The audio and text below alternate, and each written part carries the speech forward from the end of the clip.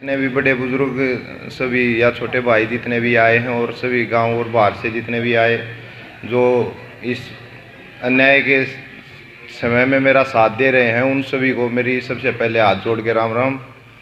और मैं बस इतना कहना चाहूँगा भाई, जो मेरे साथ इन ट्रायल्स में हुआ वो किसी के साथ ना हो, क्योंकि हम बहुत मेहनत करते हैं मतलब, और इतनी मेहनत करने के बाद जब ये रिजल्ट मिलता है तो सच में पूरी ज़िंदगी शायद मैं इस चीज़ को ना भूल पाऊँ अगर मुझे ये गेम्स ना मिलते तो। अब बहुत मुश्किल है मेरे लिए इन चीज़ों को आगे भविष्य में भी भूलना, और एक दिल सा टूट जाए, मतलब मेहनत करने का भी दिल ना करता। तो उस दिन यही हुआ कि मेरी 2 कुश्तियाँ हो चुकी थी और उसके बाद फाइनल कुश्ती थी मेरी मोहित के साथ। तो फाइनल कुश्ती में मेरा स्कोर था 3-0, और वैसे तो कुश्ती में 1-2 पोजीशन वैसे ऐसी भी थी मैं और स्कोर भी कर सकता था, पर बस एक ऐसे कॉन्फिडेंस में मैं कहा 3 स्कोर काफ़ी है, और टाइम भी लास्ट की ही मिनट चल रही थी। तो उस समय पर जो लास्ट की बिल्कुल 18 सेकंड रह रही थी, एक एक्शन हुआ उसमें जो उन्होंने स्कोर दिया, वो जो कुश्ती में रेफरी या मैच चेयरमैन और जज बैठे थे उन्होंने दिया सिर्फ 1 पॉइंट। तो 1 पॉइंट देने के बाद उसके कोच ने, जो मोहित का कोच था, उसने ऑब्जेक्शन किया। उसमें ऑब्जेक्शन करने के बाद वो फैसला गया ज्यूरी के पास। तो ज्यूरी जो बैठती है ना, वो कुश्ती में वो कुश्ती को भी देखती है जो चल रही होती है। उन्होंने पहले ही पता था कि इस एक्शन में स्कोर नहीं है इसके मोहित के, जो इन्होंने ऑब्जेक्शन किया है। फिर भी उन्होंने जाके देखना तो होता ही, उन्होंने वीडियो को रिव्यू देखा जाके दोबारा बैक करके। तो वीडियो देख के उन्होंने आके अपना फैसला दे दिया। ज्यूरी ने, जो हमारे मैच की ज्यूरी थी उस टाइम पे, उन्होंने फैसला दिया मोहित के खिलाफ में। तो मेरा 1 पॉइंट और बढ़ गया ऑब्जेक्शन का।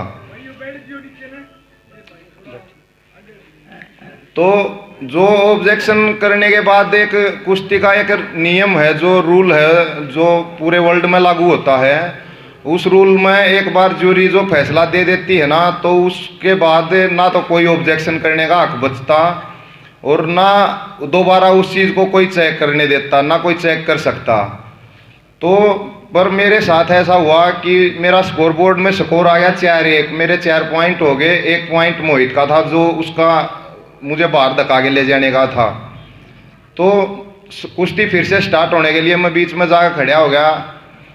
पता नहीं फिर क्या किसने क्या, वो मोहित के कोच ने जो स्टेज पर बैठे थे फेडरेशन के सारे अधिकारी, उनके पास जाके किससे क्या बोला उसने, तो फिर से बुला लिया सबको।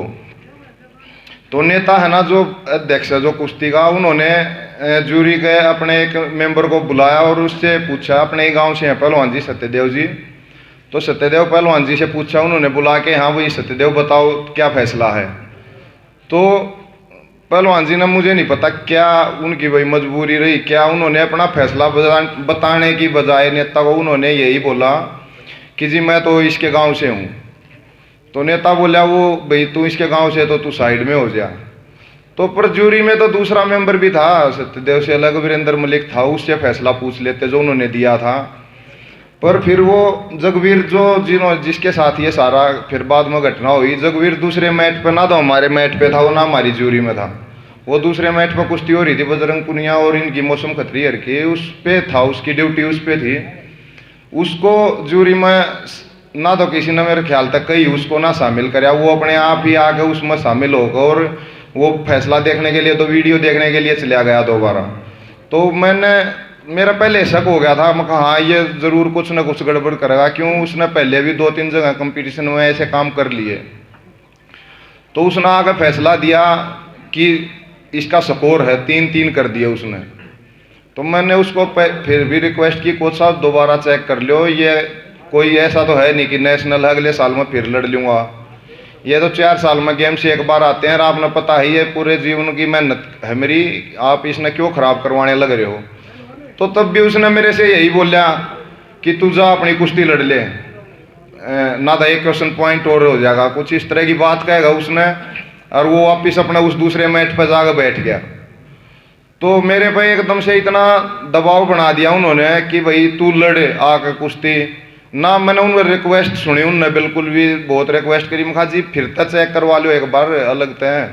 पर उन्होंने सुनी नहीं, बोला तू कुश्ती लड़े। अगर मैं 10-15 सेकंड और ना लड़ता तो वो एक क्वेश्चन पॉइंट और दे देते या फिर उसको विनर ही घोषित कर देते, कुछ ऐसा भी कर देते। तो मैं समय था 18 सेकंड, पर बीच में जैसे रेस्ट हो गया था कोई 10 मिनट का, तो जो उसमें बिल्कुल रिलैक्स हो गया है, तो वो स्कोर फिर हुआ ही नहीं, वो टाइम हो गया, कुश्ती हार गया। फिर मैंने उस कोच को जाकर बस इतना ही बोला था, महा के मिल गया तना मेरे जीवन का खराब करके, यो ईसा तन के दे देगा। तो उसने थप्पड़ मारा, तो थप्पड़ मारने के बाद मैंने भी उसको वापस मारे। पर है ना, इस बात का जिक्र जो स्टेज पर फेडरेशन बैठी थी उन्होंने, बाकी फिर कोच थे जितने, वो सब बीच बचाव में आ गए। फेडरेशन जो बैठी थी उसने बिल्कुल एक बार भी जैसे मेरी नहीं सुनी उनका, बल्कि ये होना चाहिए था भाई जो भी ये चीज़ हुई है इसकी दोबारा जांच करवाई जा भाई, कुछ गलत होया तभी ये इतनी बड़ी बात हुई है। उन्होंने सीधा मुझे ही बोले कि तू जब वही इसको लाइफ टाइम बैन कर दिया। क्यों? वहाँ पर जितने भी वो रेफरी थे या जितने भी उस दिन रेफरीज की ड्यूटी में थे, कोचेज थे जितने, वो सभी उनके नेता के सामने जाके खड़े हो गए कि भाई ऐसे तो कोई कल को हमने भी मारेगा। पर उन्होंने ये नहीं देखा कि पहले मारा किसने है, पहले मारा इस कोच ने इसको है या इसने ही जाके मारा है। अब वो बोल रहे हैं भाई मैंने कुछ उसको गलत बोला होगा या कुछ ऐसा। अगर मैं उसको गलत बोलना होता तो मैं उसको दूर से ही गाड़ी दे देता, अगर गाड़ी वाड़ी देनी होती तो मैट से ही, या उसको मेरा मारने की कोई मेरी ऐसी नीति होती तो मैं उसको जाते ही मारता, मैं उसको बात थोड़ी करता उससे।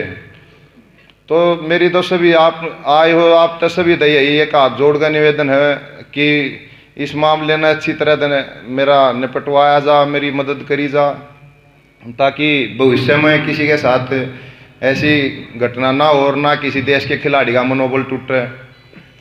ये कोई छोटे गेम तो थे नहीं भाई जो हर बार, अब ऐसा भी नहीं है कि हम फिर तो तैयारी करें या फिर लड़ लेंगे। अब ये 22 है तो ये जाके 26 में होंगे दोबारा, तो बार बार ये मौके न मिलते ही। पिछले में तो 2015-16 से घुटने का ऑपरेशन होने के बाद बहुत ही मुश्किल था मेहनत कर करके 18 में जितने भी गेम्स हुए, कॉमनवेल्थ गेम्स हुए, 18 के एशियन गेम्स हुए, तो उस चीज़ ने तो हम जैसे करते हैं तो खिलाड़ी हम ही जाना है भाई, एक फाइनल में हारने का दर्द क्या हो है। मैं जितने भी मेरी ट्रायल्स हुई उन सब में मैं सेकंड था पिछले 2016 से लेके अब तक।